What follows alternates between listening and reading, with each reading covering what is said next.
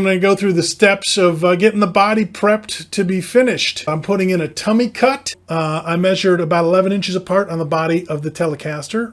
Then I figured out where I thought the bottom should be and where the top should be. And then I kind of connected the dots in the shape that looked like a tummy cut. If you don't like what you got, just erase it and do it again. And then this is the part that's not for the faint of heart. I took a file and I filed. And mahogany has wide pores in it, and you need to fill those pores in if you want the paint to be smooth when you're done. Use just a regular paintbrush. I applied it on smooth and thick. I'm getting the neck ready to be lacquered this week on Learning Curve.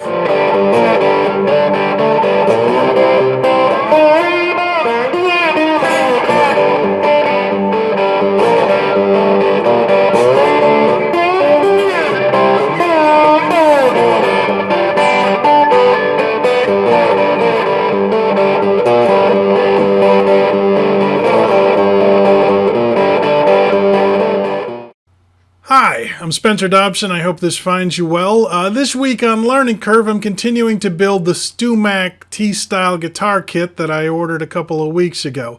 Last week I put in a tummy cut and prepped the body to be painted. This week, shaping the headstock, and I'm getting the neck ready to be lacquered. First thing I did to the neck was check to make sure if the frets were level, and pretty much they were. There was a little give on one or two of them, but for the most part, it was in pretty good shape. I'm going to hold off on leveling them until I've got everything else done and put some strings on it and just see how everything sounds. If I don't have to level anything, I'm fine with that. So the instructions recommend that you tap down the frets using a fret hammer, which we all have laying around the house. You can order them online, but I just grabbed a rubber mallet that I have in the garage and tapped the frets in place with that. I believe the reason you're doing this is to make sure that the frets are as far into the slots as humanly possible, and that way everything will be even when you start to play. This neck comes with a blank headstock, which means you have the option to go completely bananas if that's what you want to do. And if you're a capable woodworker who knows how to make things look right, I suggest you go for it. But I'm an okay woodworker kind of. So I decided to see if I could make it look just like a regular Telecaster headstock. And if I can pull that off, then maybe we'll lean into it and see if we can do like a naked woman doing a Rubik's Cube or something like that. But we'll cross that bridge when we come to it. Also, I don't have a bunch of fancy tools. I'm just using a couple of electric tools and a lot of hand tools. So my thinking is let's keep it simple and hopefully it won't look too weird. So the first thing I did was go online and look for headstock templates. And I did find a bunch of them, but there was an issue with most of them. Like it was hard to resize them, or it was hard to get them to print, or what have you. So I found one that was perfect, but I couldn't get it to the right size. And I'm sure if I'd spent another hour on it, I could have, but I didn't feel like putting that kind of energy into it. And if I'd used it as is, it would have been great for like an Andre the Giant sized guitar. But I wanted to work with a guitar I had. So I just ended up using the StewMac template from their website. I'll put the link to that template below. And then just kind of reshaping it a little bit to make it more of what I wanted.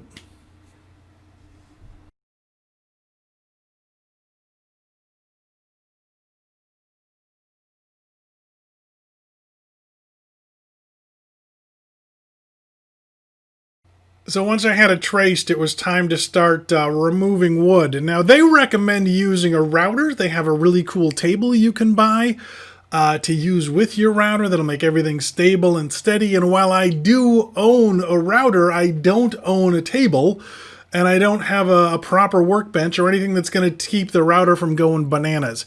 So I figured I'll do the first pass with a jigsaw and go really far outside the line. That way, if the jigsaw gets out of hand, I got room, I got a little bit of a room for error. Here's the thing with wood. You can always take more off. It is really hard to put more on. Once I finished with the jigsaw, I grabbed a coping saw and got a little closer to the line. Once again, giving it a fair amount of room. You can always take more wood off. It is really hard to put wood back on.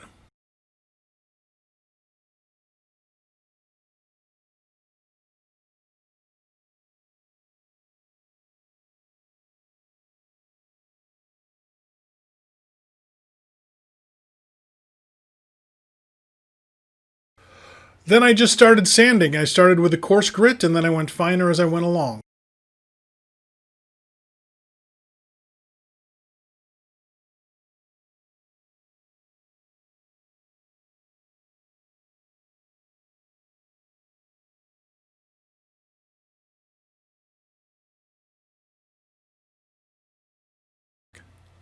Now, I realize if you're an experienced woodworker, first of all, you're probably not watching this video. But if you're an experienced woodworker, you have a lot of tools that make this job go way faster and way better. And they're kind of expensive and you use them a lot. But look, I'm not a terribly experienced woodworker. I'm a let's learn how to do it woodworker.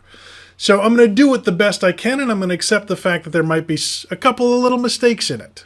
So my headstock looks like a headstock. It has definitely got a hand-carved quality to it, and it is riddled with wabi-sabi. Just riddled with it.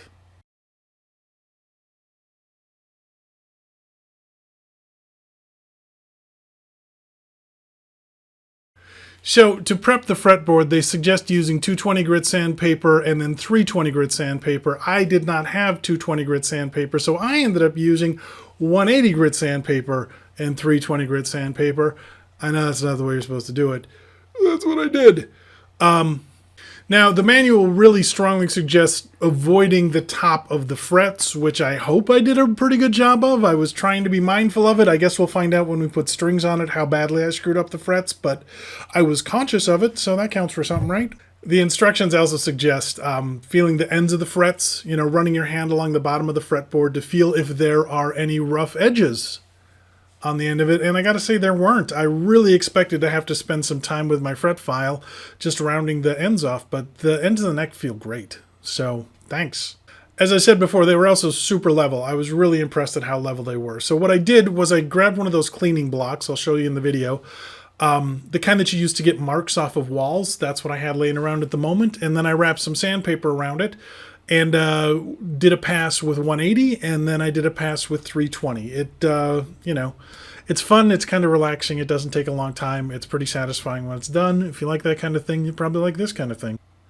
Then all I had to do was brush all the sawdust off, then I wiped it down with mineral spirits because I didn't have naphtha laying around, and then you have to be very careful to try and avoid touching it with your greasy, dirty fingers.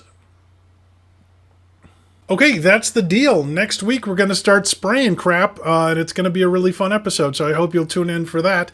If you enjoyed this episode, please like it, please follow us, please share us. And if you're working on a quarantine build, I'd love to see what you're doing. That would be awesome if you want to send me pictures. All right, man, that's Learning Curve for this week. I hope you're doing well. I hope you're being nice to each other. Thank you for tuning in. We'll see you next time.